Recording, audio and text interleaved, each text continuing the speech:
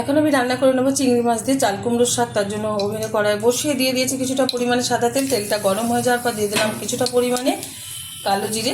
এখন দিয়ে দেবো কিছুটা পরিমাণে চিনি। এটা দেওয়ার ফলে কিন্তু ভীষণ একটা ভালো স্বাদ আসবে। দিয়ে দিচ্ছি এর মধ্যে হাফ চামচ মতো হলুদ গুঁড়ো। শাকে বেশি হলুদ দেওয়ার কোনো দরকার নেই, তাহলে বেশি হয়ে গেলে কিন্তু হলুদ কুটকুটি ভাব চলে আসবে। দিয়ে দিচ্ছি ধুয়ে রাখা চিংড়ি মাছ। চিংড়ি মাছটা আমি ভেজে নিচ্ছি একটু নেড়ে চেড়ে।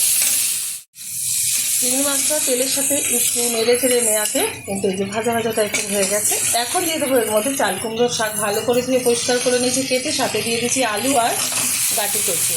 এখানে আপনারা বেগুনও ব্যবহার করতে পারবেন, তাতেও কিন্তু ভালো লাগবে। দিয়ে দিচ্ছি স্বাদ মতো লবণ, পরিমাণ মতো লবণটা ব্যবহার করলাম। এবার খুব ভালোভাবে একটু নেড়ে চেড়ে নেব। সাথে দিয়ে দিয়েছি কিন্তু 3 থেকে 4টে কাঁচা লঙ্কা। ঝালটা যা যার পছন্দ অনুযায়ী ব্যবহার করবেন। এই যে লঙ্কা এই দিকে একটু চিড়ে ব্যবহার করেছি।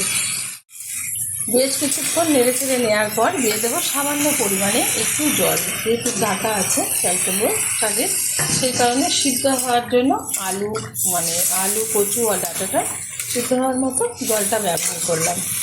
ঢেকে রান্না করে নেবো 10 মিনিট। ওভেনের আঁচটা মিডিয়াম টু লো আছে রাখছি। ঢাকনাটা তুলে দিচ্ছি।